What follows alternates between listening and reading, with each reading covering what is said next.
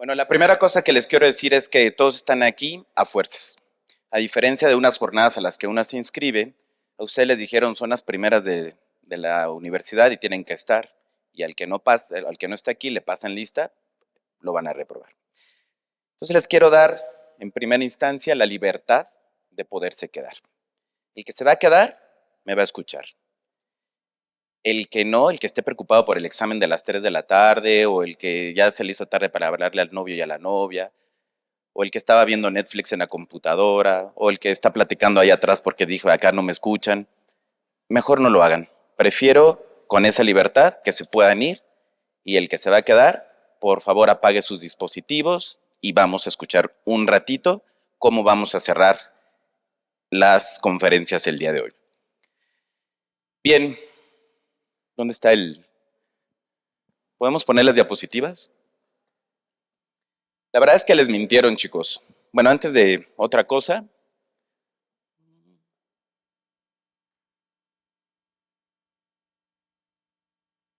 quiero agradecerle al director de la Escuela de Medicina por haber invitado a estas primeras jornadas y por darme el honor de cerrarlas. Obviamente al comité organizador, a la doctora Araceli Gálvez, a la doctora Julieta de la Vega, que fue la que estuvo en contacto conmigo, al doctor Hugo Capiz, que lo traía en friega, pero a todo el equipo. A todo el equipo, la verdad es que todos han hecho un verdadero esfuerzo para estar todos aquí. Y sobre todo, Fernando, muchas felicidades, un honor trabajar a tu lado, ser tu amigo, merecido el que las jornadas lleven tu nombre. Entonces, ustedes les dijeron que la plática se llamaba Cuando no curamos. Y la verdad es que vamos a empezar quitándoles la idea. En realidad es una plática súper fresa, súper sangrona, porque vamos a hablar de lo fregones que somos los oncólogos pediatras. Esta plática se llama El éxito de la oncología pediátrica. Entonces, resulta ser, creo que no me logro coordinar con... Ok, México vive una transición epidemiológica. ¿Qué quiere decir esto? Que lo que antes nos mataba, hoy en día ya no nos mata. Cuando yo era niño, allá cuando se terminó la conquista de América, todos se morían de viruela y de diarreas, ¿no? Y hoy en día esas enfermedades ustedes ya ni las conocen. ¿Por qué? Por las vacunas, por los cambios transicionales. De tal forma que tenemos que ver que el cáncer hoy en día en nuestra población, desde los niños hasta los adultos, es un problema real. La mortalidad que tenemos en los niños de 1 a 14 años, la segunda causa de cáncer es, perdón, la segunda causa de muerte es cáncer. Solamente nos gana la estupidez humana que se llaman los accidentes, el no traer el cinturón de seguridad, el traer los niños en la mano cuando manejo, el ponerlos en la camioneta atrás cuando voy en el rancho. Pero si se fijan por enfermedad, después de los recién nacidos con todos los problemas que vimos con el excelente ponencia del doctor Salles de cirugía neonatal, es el cáncer. Obviamente, y ustedes lo vivieron, el tema de la salud mental en los adolescentes es un problema que ustedes están arrastrando todavía, el tema de cuánta gente falleció, de haber estado encerrados, de tener las clases en línea, de tener la duda si son buenos o si son malos por haber presentado las clases en línea, pues eso hizo también que los suicidios aumentaran en nuestra población. Pero el cáncer ahí está, después de la salud mental en adolescencia, el cáncer sigue siendo una de las primeras causas de cáncer, perdón, de muerte. Hoy en día 1 de cada 5,000 niños tendrá cáncer. Es la misma incidencia de 1 de cada 5,000 niños que va a operar el doctor Salles por atresia de esófago, 1 de cada 5,000 atresia intestinal, 1 de cada 5,000 atresia o de hernia diafragmática. Entonces, como pueden ver, el cáncer después de la etapa neonatal es algo muy importante. Y conforme vamos avanzando por las cosas que vamos haciendo, la posibilidad de que nos dé cáncer va aumentando. Las cosas que hacemos nosotros como seres humanos nos aumentan el riesgo de tener cáncer. De tal forma que cuando llegamos a la edad, por ejemplo, de la mía, 1 de cada 300 compañeros míos va a empezar con problemas de cáncer. Y si llegamos a la edad de nuestros abuelos, 1 de cada 3 abuelitos o sobrevivió o va a morir de cáncer. El tema es que cuando más o menos yo iba naciendo, digo más o menos para que no me saquen los años, 1 de cada 8,000 niños tenía cáncer. Hoy en día es 1 de cada 5,000. O sea, hubo un aumento en la incidencia del cáncer. ¿Y por qué pasó esto? Porque nosotros hemos sido muy tontos como seres humanos. Hemos permitido el tabaquismo. Es más, somos tan tontos que estamos estudiando medicina y fumamos. Somos tan tontos que agarramos vapeadores y nos metemos químicos en los pulmones. Dentro de 10 años van a ser mis pacientes. Somos tan tontos que no cuidamos nuestro cuerpo. Somos gordos. Y al ser obesos, aumentamos el riesgo de cáncer por esta metainflamación que tenemos. Somos tan tontos que suspendemos la lactancia materna por irnos a un congreso. Señora, ¿no le puedo dar de comer? Ah, sí, dele fórmula. Y al día siguiente, foto del doctor en el Congreso Nacional de Pediatría. ¿Por qué? Porque me lo pagó la industria farmacéutica. Somos tan tontos que no hemos podido hacer que nuestras autoridades, en vez de tener energías limpias, nos avienten petróleo por todos lados. Somos tan tontos que utilizamos plaguicidas, insecticidas en vez de cuestiones orgánicas y nos estamos envenenando nosotros y nuestras aguas someras.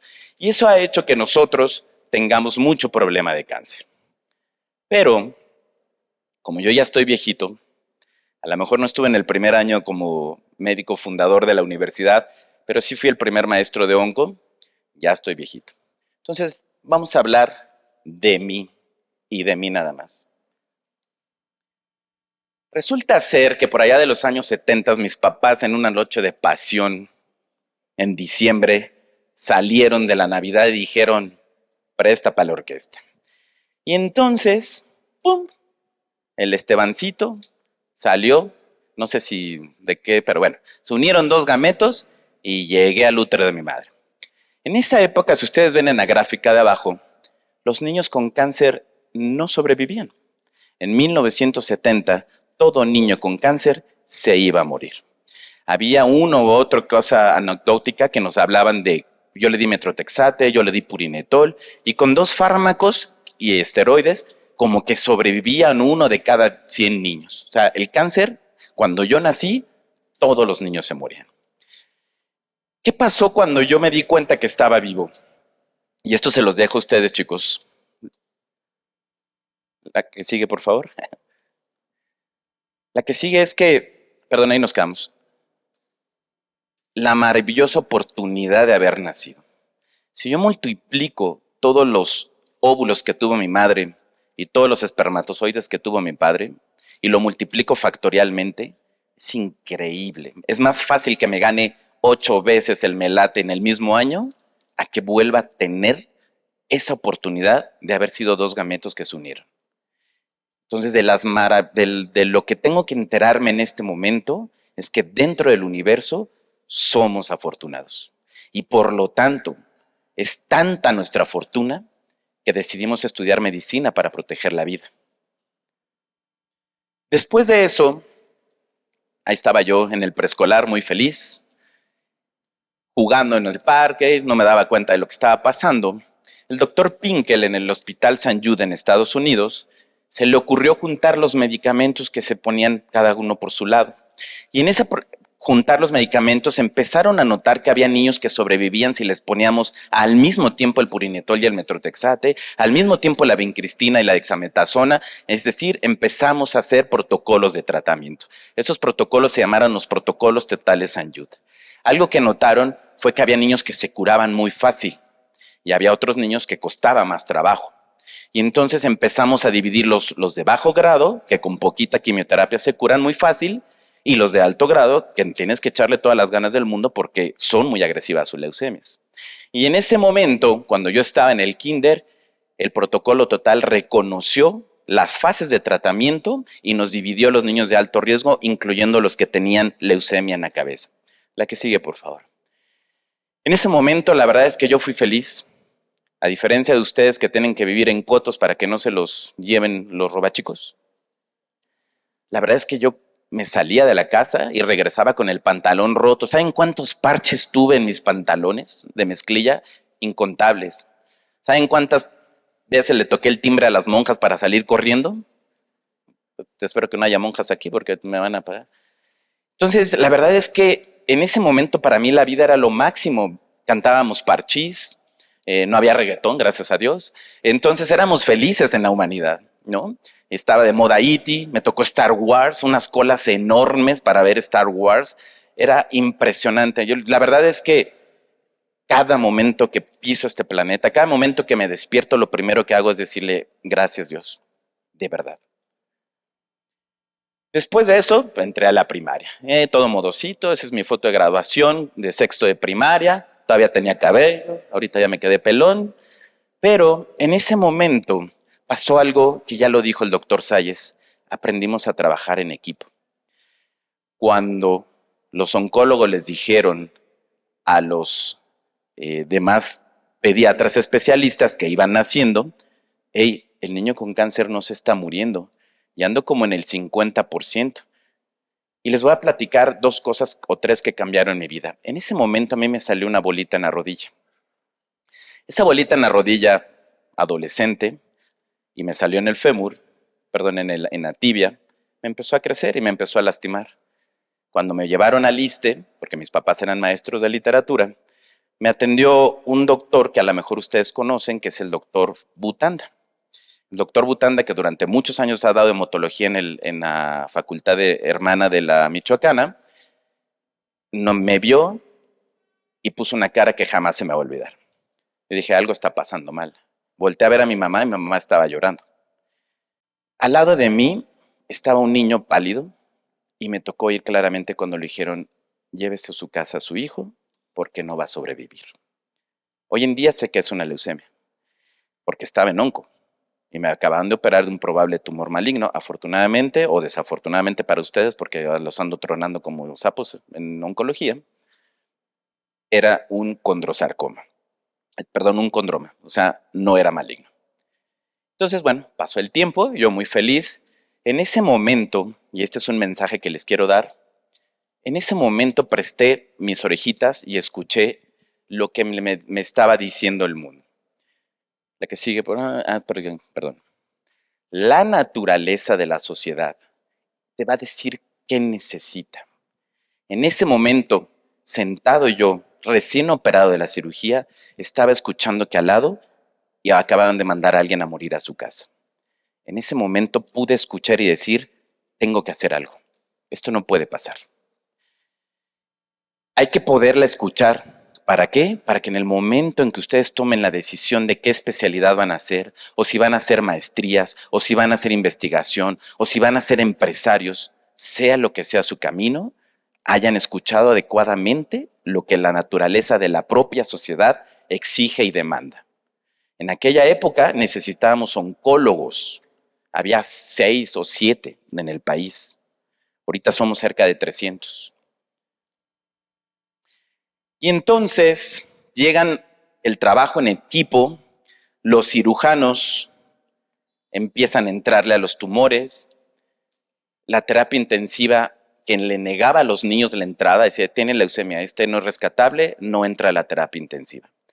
Y a veces los teníamos allí sobre las camas chocándose, sangrando, muriendo, porque la terapia intensiva, porque infectología no nos autorizaba ponerles antibióticos. Era un momento muy difícil. Cuando ellos dijeron, va, cuando el cirujano dijo, le entro, cuando la terapia intensiva dijo, este lugar es para onco, cuando los infectólogos dijeron, ahí va la vancomicina, cuando empezamos a trabajar en equipo, y eso no se les olvide también, nadie aquí es solo. Si ustedes no pueden trabajar en el equipo con el anestesiólogo, si ustedes no pueden trabajar en equipo con el cirujano, si ustedes no pueden trabajar en equipo con el infectólogo, no son nada, muchachos, no somos dioses. ¿Y saben dónde se aprende a trabajar en equipo? Aquí. Porque el día de mañana, el tipo que no hizo la diapositiva que le tocaba, ¿ustedes creen que le voy a hablar? ¿Ustedes creen que le voy a decir, ven para acá? ¿Y ustedes creen que yo le voy a hablar a alguno de ustedes cuando sea viejito, cuando faltó a mi clase y sea geriatra? ¿Ustedes creen que va a tener la responsabilidad de la vida de alguien en sus manos? ¿Ustedes creen que si le ven la cara a sus papás pagándoles la colegiatura de la universidad y no vienen a clase y todavía se regordean de ello, son realmente personas calificadas para ejercer la medicina? No lo son, muchachos. Y entonces,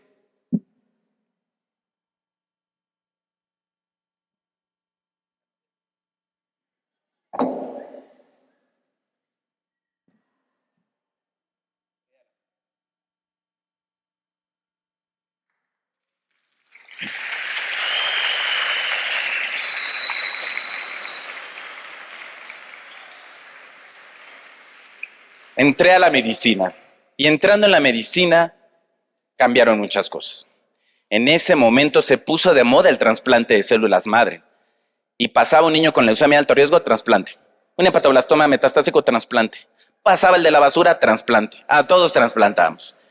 Eventualmente nos dimos cuenta a final de los 90 que no todo se cura con trasplante, que las células madre no van y se comen al cáncer y que además podía rechazar el trasplante o que me podía morir en una infección en los pulmones por un micoplasma, por una cándida durante el trasplante.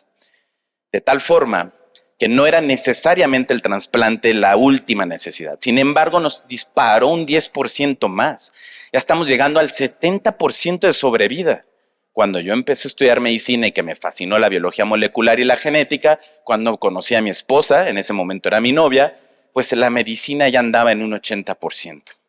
Y yo apenas iba camino rumbo a la medicina. Pasaron muchos años, y aquí viene un sistema muy importante. Cuando hice mi examen para el ENAR, estaba seguro que iba a ser pediatra. Nunca lo dudé. Y cuando llegué me dijeron, ¿qué va a ser? Pediatría, ok. Y como segunda opción, pediatría. Doctor, no, pero si no pasa pediatría, voy a pasar. Pediatría, pues. Y tercera opción, pediatría. Ah. ¿En dónde va a estudiar? En el Infantil de México. En el Infantil de México. ¿Su segunda opción? El Infantil de México. Doctor, o sea, ¿está seguro usted que va a ser pediatra, que va a estar en el Instituto Nacional Hospital Infantil de México, Federico Gómez, cuna de la pediatría? ¿Le duela que le duela? Ah, no es cierto. Estoy seguro. Estoy seguro, porque hace muchos años había escuchado a la sociedad que necesitaba un oncólogo pediatra. Y entonces vinieron lo de las competencias, ¿no? ¿Voy a competir o voy a ser competente? Yo creo que ambas cosas. Vas a competir contra la gente ignorante y vas a competir contra el TikTok y contra el WhatsApp. Pero créanme que en ese momento yo me di cuenta que el éxito no es un golpe de suerte. Fue una paliza que me dio la disciplina de haber estado estudiando y leyendo y ser un maldito ratón de biblioteca. Y viene el problema más grave, ¿no? Competir por un lugar. Ustedes tienen que competir contra no sé cuántos más médicos en el país están intentando hacer el examen nacional de residencia. Y es súper injusto porque si yo soy un ingeniero y quiero hacer una maestría, pues voy y me inscribo. Si soy un químico y quiero hacer una maestría, voy y me inscribo. Y si quiero hacer un doctorado, bueno, relativamente, pero es mucho más fácil. Nosotros tenemos que competir con todos los demás médicos por 3 lugares. O sea, que empiecen los Juegos del Hambre, ¿no? Y entonces, competir contra una generación completa de pediatría, pero además es el tema que todavía nos tocó a nosotros, un sistema militarizado donde eran guardias AB o ABC, dependiendo del instituto. Bueno, parte de lo que estoy aquí después de que me habían operado fue gracias a Cristian Salles, porque Cristian Salles, cuando ya llevaba yo 18 horas en ayuno en cirugía, llegaba él y me decía, pues ten unas papitas o ten un agua, porque bajé 10 kilos, imagínense. Imagínense, era una varita de nardo, dicen los abuelos. La que sigue, por favor. Para poder llegar a ese momento de haber sido cirujano pediatra, de haber sido cirujano neonatólogo pediatra, de haber sido pediatra, de haber hecho oncología pediátrica, etcétera, tuve que sustituir fiestas por guardias y lo hice con gusto. Tuve que sustituir mi tiempo libre por estudiar, tuve que hacer 1000 cosas, incluyendo faltar a navidades, a bodas, a fiestas, pero lo hacía con gusto. Jamás hagan algo porque sea tu trabajo. En el momento en que ustedes se levanten y digan, voy a ir a trabajar, ya valieron, muchachos. En el momento en que ustedes se levanten y digan, me voy a parar a ejercer mi profesión con amor, wow. De verdad, wow. Y finalmente, la oncología pediátrica de ese 80% que llegamos con trasplante, terminó el tema del genoma humano, descubrimos los genes, empezamos a buscar los genes alterados en oncología y empezamos a detectar que teníamos terapias blancos moleculares. En ese momento, ahí estoy yo, estaba rapado, traía mi barba de candado y usaba lentes, estaba en el mejor hospital después de St. Jude, que es el MD Anderson Cancer Center en Houston, Texas. Un tipo cuyos papás emigraron de Zitácuaro de Tacámbaro ya estaba en Houston. A mí nada me detuvo y espero que nada los detenga a ustedes. Si a mí no me detuvo, que estaba chaparrito, ¿por qué los puede detener ustedes que tienen todo por delante, que tienen el apoyo de sus padres. En ese momento, cambió también mi vida. Porque además, estando allá, me di cuenta que en los congresos, los que venían de Europa hablaban francés y se burlaban de los gringos en francés porque los gringos no hablan otro idioma. A lo mucho medio español, como estar. Entonces dije, eso no me va a pasar a mí. Y regresando, me puse a estudiar francés. Y après, estudié italiano con el maestro Filippo, que ustedes lo conocen por ahí, ¿no? De idiomas. Y después con la maestra Tomoko Yamasaki, ¿por qué no japonés?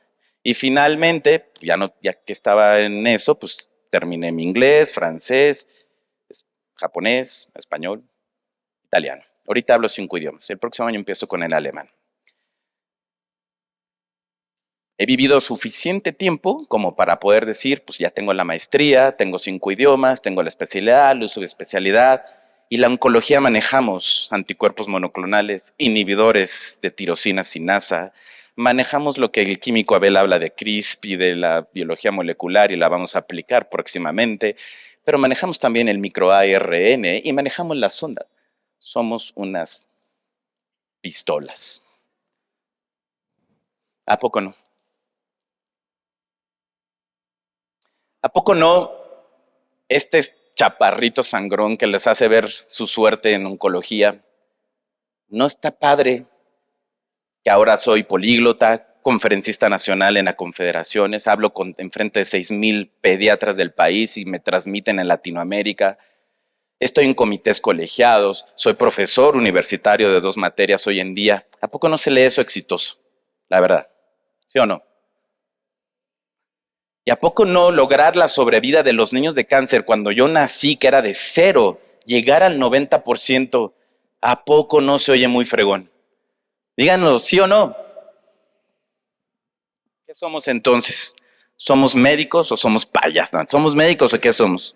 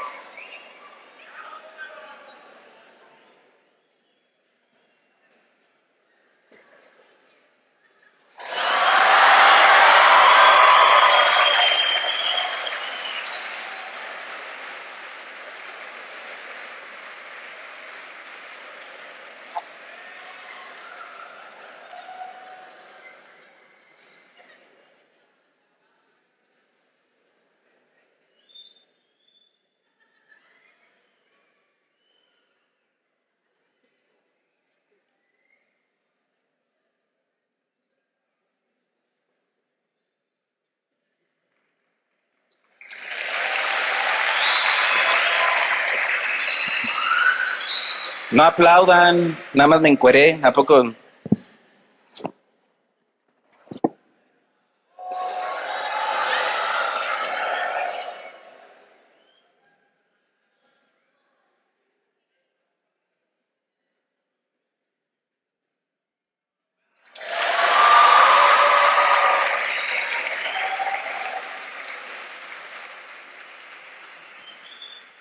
Somos superhéroes, ¿sí o no?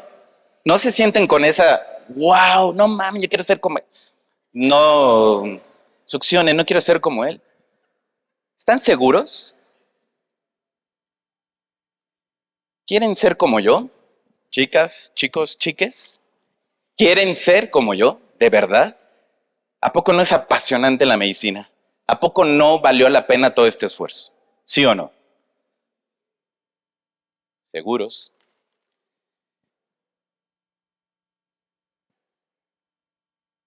¿Y cuando no curas qué? Todavía nos queda un 10% de niños que ya no podemos curar. En Estados Unidos. En México no hemos logrado pasar del 60% de sobrevida de nuestros niños con cáncer. Cuando no curas, ¿qué vas a hacer? Vamos a utilizar un reportaje de un premio Pulitzer de un niño que no podemos curar y vamos a ver si realmente somos superhéroes. Hubo un día en que Derek no lo pudimos curar. Hubo un día en que yo le dije a la mamá aparte, por favor señora, vaya a casa y vamos a reflexionar su caso. Cuando sale el niño del consultorio, pensó, porque la mamá le dijo, hoy no toca piquete, hoy no toca quimio, hoy no toca que sientas náusea, hoy no toca que te sientas enfermo. Ese niño pensó que tenía buena suerte. Se fue contento, se fue muy contento. Saliendo del hospital, bailó. Su superhéroe le dijo que hoy no iba a haber quimio. La mamá estaba asustada, era muy frágil su hijo, venía saliendo de las quimios. Cada 15 días terminaba en el hospital para una transfusión o para recibir antibióticos.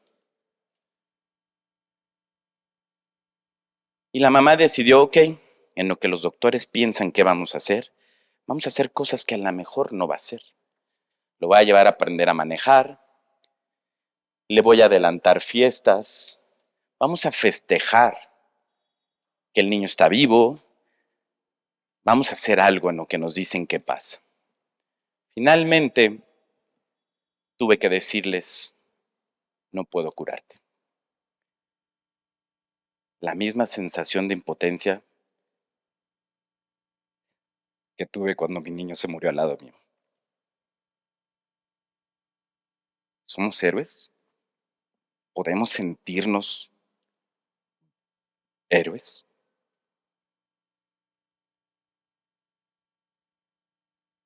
Imagínense que la persona que más aman está a su lado agonizando. Imagínense que sus mejores amigos quizás no todos tienen la fuerza para estar con ustedes y los van a abandonar y una o dos personas se quedará a su lado. Imagínense que la comadre te va a decir, ve con los imanes, ve con las varitas mágicas de cirugía astral, haz algo por tu niño, intenta la medicina alternativa. Carajo, si tenemos miles de protocolos de tratamiento corriéndose, que estamos intentando descubrir la respuesta para poderle salvar a los niños, ¿por qué perder el tiempo con cosas que sabemos desde hace miles de años que no funcionan? ¿Por qué? ¿Por qué prostituir la medicina? ¿Por qué perder el tiempo cuando podemos hacer algo más importante?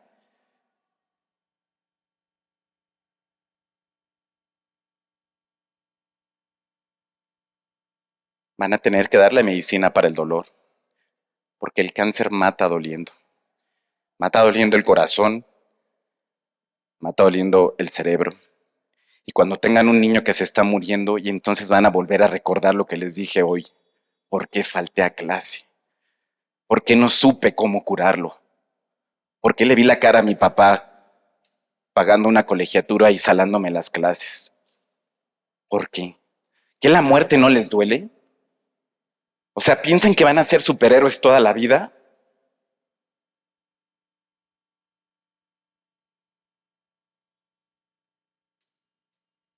Va a haber un momento en que esa persona, quien quiera que haya sido, va a estar prácticamente desahuciado. Y a lo mejor no es tanto lo que yo siento como oncólogo, sino desde el momento en que el médico general hizo algo que le provocó, le aumentó el riesgo de tener cáncer a este niño. Desde ese momento nosotros como sociedad, que les decía, tenemos que escuchar lo que dice la sociedad, y la sociedad nos está diciendo, tenemos mucho cáncer. ¿Y dónde empieza en nuestros hábitos, chicos? En el estúpido que fuma a mi lado. ¿Por qué? Porque se le está haciendo daño a sus espermatozoides y su hijo va a ser mi paciente en un futuro. Si él es mi verdadero amigo, yo tengo que tirarle el cigarro. Si él es mi verdadero amigo, tengo que impedir que vapee. Si él es mi verdadero amigo, lo tengo que invitar a bajar de peso. Porque tengo que escuchar la sociedad. No es problema del oncólogo, es problema desde el médico que le quitó la lactancia al bebé. El tumor va a crecer, va a consumir el cuerpo de nuestro niño. Lo va a llevar a la caquexia por cáncer. No va a poder ni moverse. Si una fractura duele, imagínense tener invadido cada uno de sus huesos por tumor de cáncer, royéndote cada una parte de tu cuerpo. Eso no está bien, nada bien. Es un sufrimiento enorme. ¿Y saben qué va a pasar con este niño? Nos va a señalar. Mamá, ¿por qué fumaste? Papá, ¿por qué fumabas? ¿Por qué no bajaste de peso? ¿Por qué permitiste que te quitaran la lactancia? ¿Por qué no elegiste mejor a la hora de votar por unas personas que nos hicieran energías limpias y que no contaminaran? ¿Por qué dejaste que el pediatra hablara mal de las vacunas? ¿Por qué? Cada uno de nosotros tenemos que pensarnos, ¿por qué? ¿Qué estamos haciendo mal para que este niño tenga que morir? No es justo, chicos. No es nada justo y no somos superhéroes. Eventualmente llegará la calma, pero ese dedo que nos señala como sociedades responsables del niño que fallece con cáncer, se lo tienen que llevar. No me importa si son oncólogos o no, me importa que sean seres humanos que escuchen lo que la sociedad nos está pidiendo que hagamos. Despídanse. Si algo nos da el cáncer, aparte de reflexionar, es la capacidad de cerrar el círculo, de darnos cuenta que nada nos pertenece, que debemos de tener la humildad de que solo Dios y nadie más. Despídanse, cierren los círculos, agradezcan el momento de haber convivido con una persona, sana o enferma, de haber conocido a alguien. Cierren sus problemas. No vayan por la vida con chismes. No vayan por la vida con tonterías. Cierren todas esas cosas. Y el día que se toque despedir a un niño con cáncer, él podrá elegir estar en casa, con las personas que quiere, con sus juguetes, viendo su propio cuarto, o podrá estar en el hospital, como a mí me pasó alguna vez, donde el niño me dijo, doctor, mi mamá es soltera, no tengo hermanos. Cuando yo me muera no va a haber quien esté junto a mí. Mi mamá tendrá que salir con el dolor en su corazón a hacer todos los trámites y mi cuerpo quedará solo y abandonado en mi casa. Quiero morir en el hospital porque por lo menos puedo morir con ustedes. Es tan válido morir en el hospital como morir en casa. La elección no es nuestra.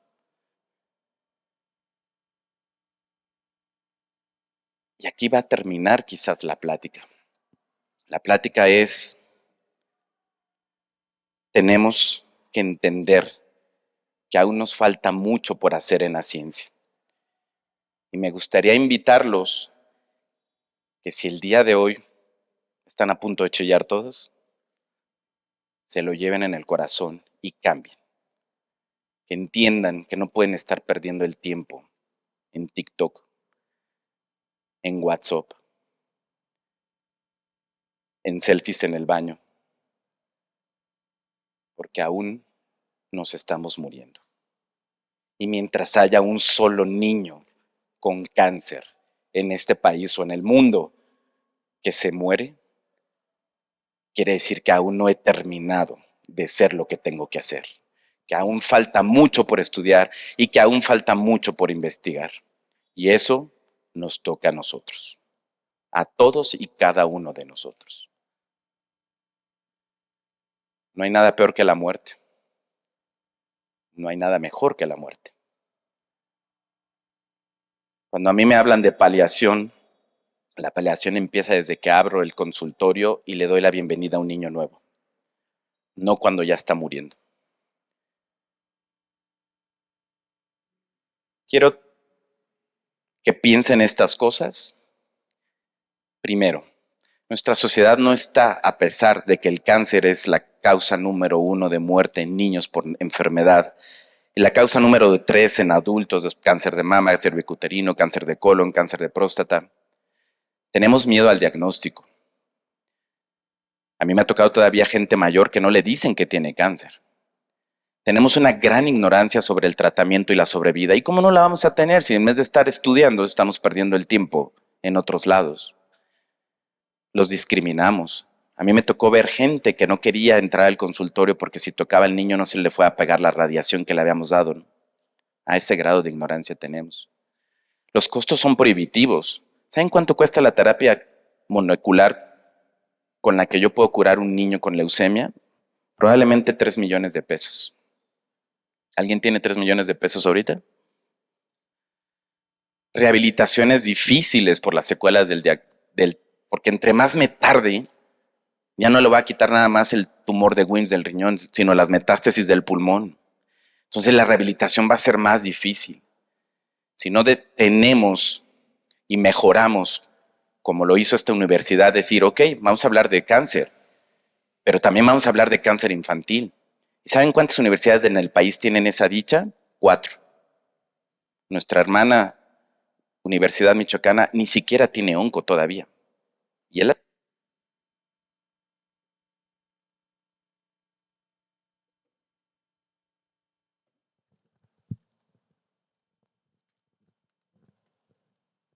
tenemos que elegir adecuadamente a nuestras autoridades. No se vale votar porque se me cae bien o mal, si soy de un color o del otro. Se trata de votar por lo que estoy escuchando como médico que está enfermando a la gente. ¿Qué me va a decir el próximo candidato o candidata a presidencia? ¿Vamos a tener políticas adecuadas antitabaquismo? ¿Vamos a tener políticas adecuadas de energías limpias? ¿Qué vamos a hacer? ¿Por quién vamos a votar? Y caray, pasamos una de las peores y desalmadas políticas gubernamentales que hemos tenido en la historia. 2 años de desabasto de medicamentos, con un estúpido secretario de salud, y me quedo corto con la palabra que decía, pues si no hay metrotexate pueden darle otra quimio, quimio es quimio. No, doctor. ¿Por qué rebuzna? Seguramente usted fue de los que veía TikTok o su equivalente. El modificar solamente un medicamento en un protocolo disminuye la sobrevida de 5 a 10%. ¿Qué pasó con el CECIA cuando dijo tenemos 57% de sobrevida a pesar de la gratuidad? La desaparezco y me llevo el fideicomiso. Esa fue la respuesta. Eso no es desalmado. Yo no volvería a votar por esa persona en mi vida. Y si la viera aquí, la pudiera acusar de asesinato directo o indirecto. Tenemos tantos problemas que a veces perdemos en el fanatismo lo que tenemos que tener en la cabeza, que es lo importante como médicos. El médico tiene que volver a tomar su lugar junto con el sacerdote y junto con el maestro como los líderes de la sociedad. Y mientras no hagamos nada, y mientras nos agachemos por una beca nini, y mientras no digamos no me quiero meter en problemas, este mundo va a seguir y este país va a seguir igual. Y ustedes como médicos, les quiero invitar, cuando pasen por onco, que se aprendan la cultura de la prevención y de la detección oportuna. Que dejen de lado la ambición económica que a veces nos lleva la industria farmacéutica y poder decirle a mi paciente, ok, te voy a dar un factor de transferencia, o te voy a dar uña de gato, o te voy a dar un complemento. Oye, pero eso no tiene ningún sustento científico. Las pocas veces que se ha intentado, no solamente no funcionan, a veces bloquean la quimio y lo único que hacen es encarecer un protocolo de por sí muy caro. Y eso llévenselo a pediatría, con las gotitas de cuando llega la señora y les dice, quiero vitamina C, pues recétenle una guayaba, por Dios. Evítense el daño de esa cajita, el residuo plástico que le va a dejar a la humanidad. Tenemos que suspender nuestras conductas procancerígenas, apoyar la lactancia materna. No sé, tenemos muchas cosas que se pueden hacer. Pero por favor, tengan cultura política para evitar el desastre que estamos teniendo en nuestra sociedad. La falta de medicamentos no se resuelve con un pañuelito aquí arriba. Se resuelve cuando puedo surtir mi receta. Eso es otra realidad. Y no quiero que acaben aplaudiendo, porque mientras siga un niño de onco muriendo, no merecemos ni un solo aplauso. Quiero terminar con un minuto de silencio y con una reflexión interior de cada uno de ustedes y decir, es el momento de que todos cambiemos. Si esta universidad me va a dejar algo, es ser humanista. Gracias.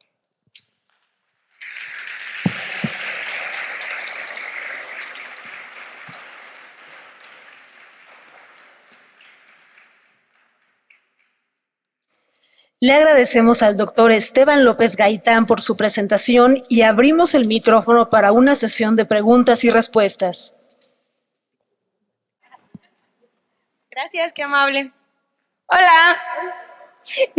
Hola, buenas tardes, doctor. Pues déjelo estructuro bien.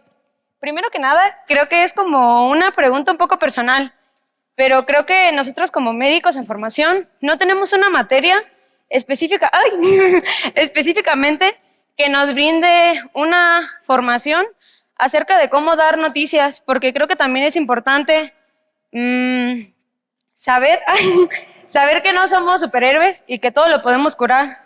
Realmente intervenimos en el hecho tanto como en suplir las necesidades fisiológicas de la persona, pero más que nada ante usted, que es oncólogo, a partir de qué momento se le hizo sencillo tratar de transmitir a los pacientes que ya no había una segunda opción, o sea, que ya no había una forma en la que el tratamiento fuera a funcionar.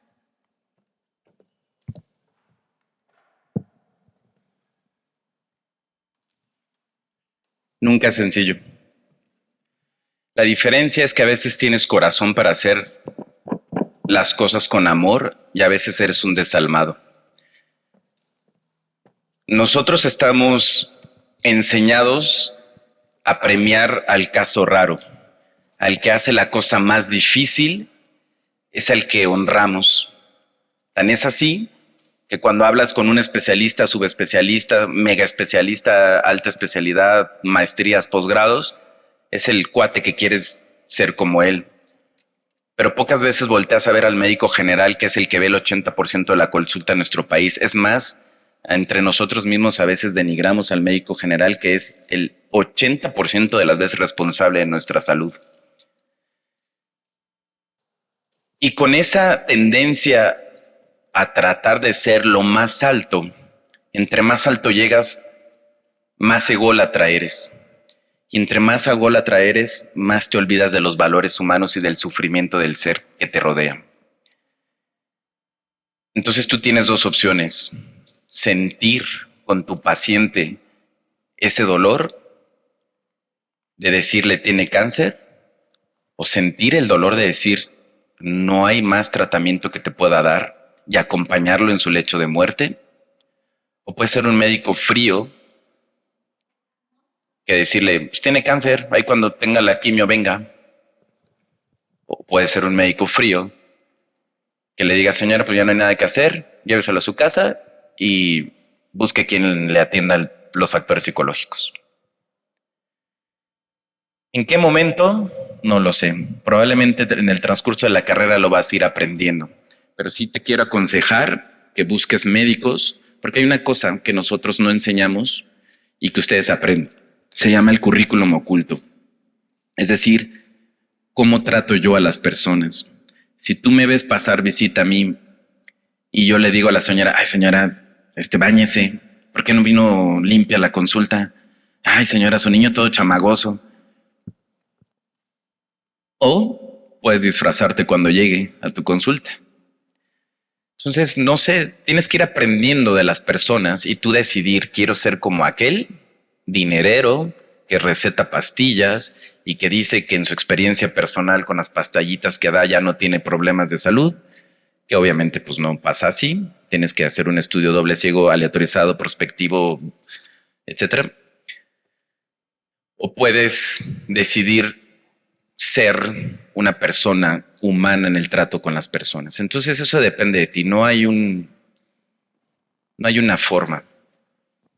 ¿Quieres aprender a dar noticias malas? Ensáyalo con tus propias seres queridos. Un día en salón pónganse y pónganse a dar malas noticias entre ustedes.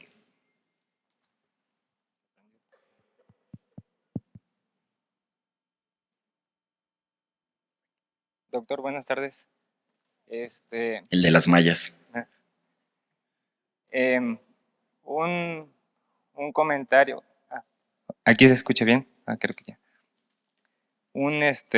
Pues antes que nada darle las gracias. Creo que su plática, hasta el día de hoy, en el tiempo que llevo en la institución, nunca había tenido pues la dicha de escuchar ahora sí que este consejo, y yo siento que es necesario siempre en la formación de cualquier médico hacerle consciente de lo que vamos a hacer en un futuro. Hace algún tiempo tuve la oportunidad de escuchar igualmente consejo de parte de un doctor ya de antaño, jubilado, que hablaba de la problemática que usted también pues, nos hizo conscientes durante la ponencia. Él hablaba de que tampoco no somos dioses para curar las cosas, que muchas veces el hecho de forjarnos con un tinte científico o de educarnos en ese ámbito nos hacía creer que el hecho de tener poder sobre la manipulación de factores moleculares, cambiar bioquímicamente una ruta metabólica nos daba poder sobre el decidir de la evolución de la salud de un paciente. Él nos decía que era muy fácil conseguir un grupo de expertos en la rama de la química o de la farmacobiología, encerrarlos y te aseguro que en 20 años me dan la respuesta o me dan un fármaco nuevo para atender tal alteración. Pero lo que en realidad era difícil y el reto, decía, ahora haz que la gente no dependa 100% del fármaco, hacer un cambio social. Es muy difícil. Yo me tardo 20 años en hacer un fármaco con 20 expertos, pero me voy a tardar 100 años en generar ese cambio en la sociedad, de decirle, ¿sabes qué? No fumes, por favor. Y de verdad, que deje de fumar. Me voy a tardar 100 años en un siglo en generar ese cambio. Ahora, como usted bien lo comentaba, nosotros estamos a la merced de todos esos recursos que vienen por parte del gobierno para poder atender a alguien, para poder ayudar a alguien. No siempre llegan esos recursos. No estás a merced, estás dejando que estés a merced, pero tú eliges. Nosotros aún no estamos ejerciendo. En el momento en el que, para la pregunta pues para uso de todos, yo como futuro médico, ¿qué mentalidad o qué es? Sí, ¿qué mentalidad o qué decisión o qué camino tengo que seguir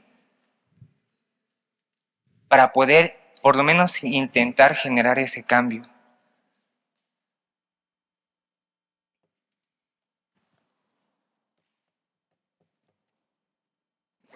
¿Qué puedo hacer en el país en el que vivo?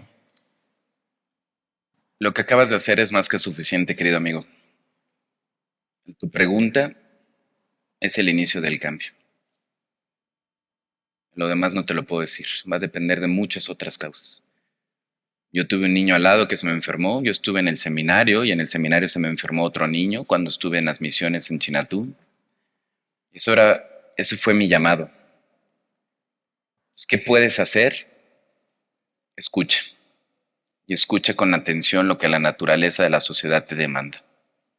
Les digo, bueno, tomar conciencia que estamos ya a nivel de educación superior, en la cual la mayoría, porque hago cuentas así, son contadas las personas que todavía son legalmente niños. Son contadas las personas de esta generación que todavía no cumplen los 18 años de edad.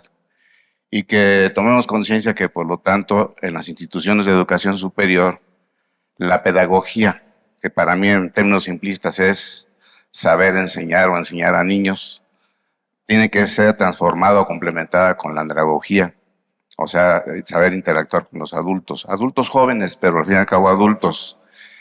Una de las características del formador y del formando andragogos es la proactividad, es lo que se está diciendo, toma de iniciativas. No voy a hacer lo que me plazca, sino hay que saber escuchar las demandas, como usted lo está diciendo, las demandas sociales. Hay que escuchar, determinar las necesidades, en nuestro caso, de salud.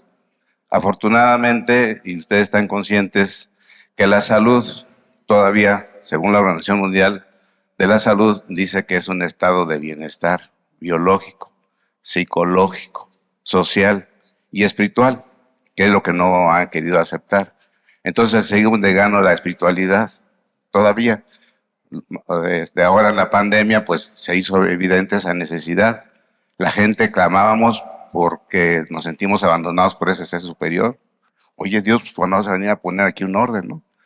Entonces, desafortunadamente, doctor, yo me manejo con la convicción, tristemente, sí hay que ser proactivo, pero también hay que reconocer que lo que hacemos los médicos no somos tan héroes como usted, muchos, ¿no? Lo que sucede es que tenemos que aceptar que todos somos finitos, y que muchas veces cuando tenemos la oportunidad, lo único que hacemos es posponer la muerte, porque nunca vamos a poder posponer con la muerte. Fue las frases que en lo que usted empezó su diálogo su participación el de hoy, en la cual me llamó la atención esto de que la muerte, pues, es lo peor, pero también es lo mejor. Para muchas personas puede ser lo mejor.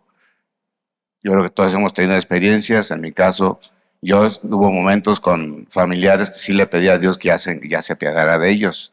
Porque al apiadarse de ellos, pues uno también se apiadaba de uno, ¿no? Porque estar viendo ahí como un familiar, concretamente familiares directos, ¿no? Verlos cómo estaban falleciendo, en ese se estaban muriendo, dice uno, Dios mío, por favor, apiádate. A lo mejor es una cobardía, porque decía, apiádate de él o de ella. Y a lo mejor, pues, apiádate de todos. Muchísimas gracias, doctor. Gracias, doctor.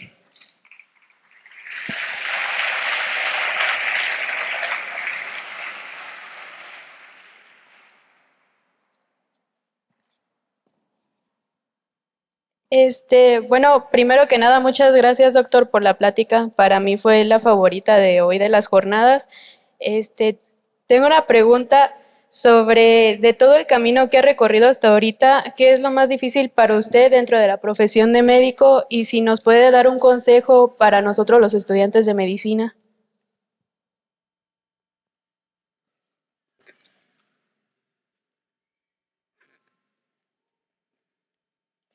Al final, ¿sí se escucha?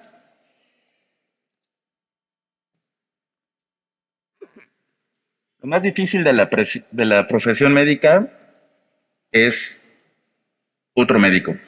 No hay peor enemigo de un médico que otro médico. Cuando no tenemos la humildad y llega con nosotros un paciente y tenemos la capacidad de hacer el diagnóstico, generalmente criticamos al que no lo hizo. Somos muy dados a hacer chismes, mentimos, y en la mentira generamos rencor en las personas. Lo más difícil de ser médico es quitarse el ego y entender que no somos superhéroes. Es quitarse la máscara de fanfarronería y decir, yo no estuve ahí junto al otro médico para poder saber qué vio él y darme cuenta si realmente pude haber hecho el diagnóstico en ese momento. Lo más difícil para médico es la humildad. La segunda cosa más difícil, como lo vieron en la gráfica de la segunda mejor conferencia, lo siento, Cristian. Cristian nos puso cómo fue aumentando la cantidad de información en los últimos 20 años, y eso te está pasando en todo. Desde que ustedes nacieron, se ha publicado más información médica. De hecho, del 2010 al 2023 se ha publicado más información médica en toda la historia de la humanidad. Es imposible saber todo. Y si no tienes la conciencia de lo mucho que te falta por aprender, te va a ser muy difícil la medicina. Y vas a terminar haciendo cosas inadecuadas con la medicina. Vas a acabar terminando dándole cloro al COVID. Así de asqueroso puedes terminar. Entonces, yo te aconsejaría que, número uno, respetes siempre a tu compañero, superior, inferior o el de al lado. Respetes a las otras universidades. Todos somos y todos luchamos por lo mismo, que es la salud de los mexicanos. Y si no comprendes eso y empiezas a criticar, y si no haces tu parte en el trabajo del equipo, te va a ser muy difícil la ejecución de la medicina. Y si no lees, y si sigues perdiendo el tiempo en el celular y no en los artículos, pues de una vez pon una estética o renta un taxi, porque para medicina no vas a servir.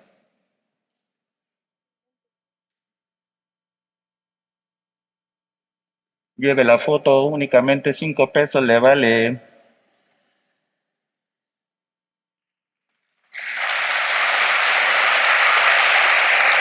Ah, sí. Doctor. Ah, doctor. Doc. A su izquierda. Acá.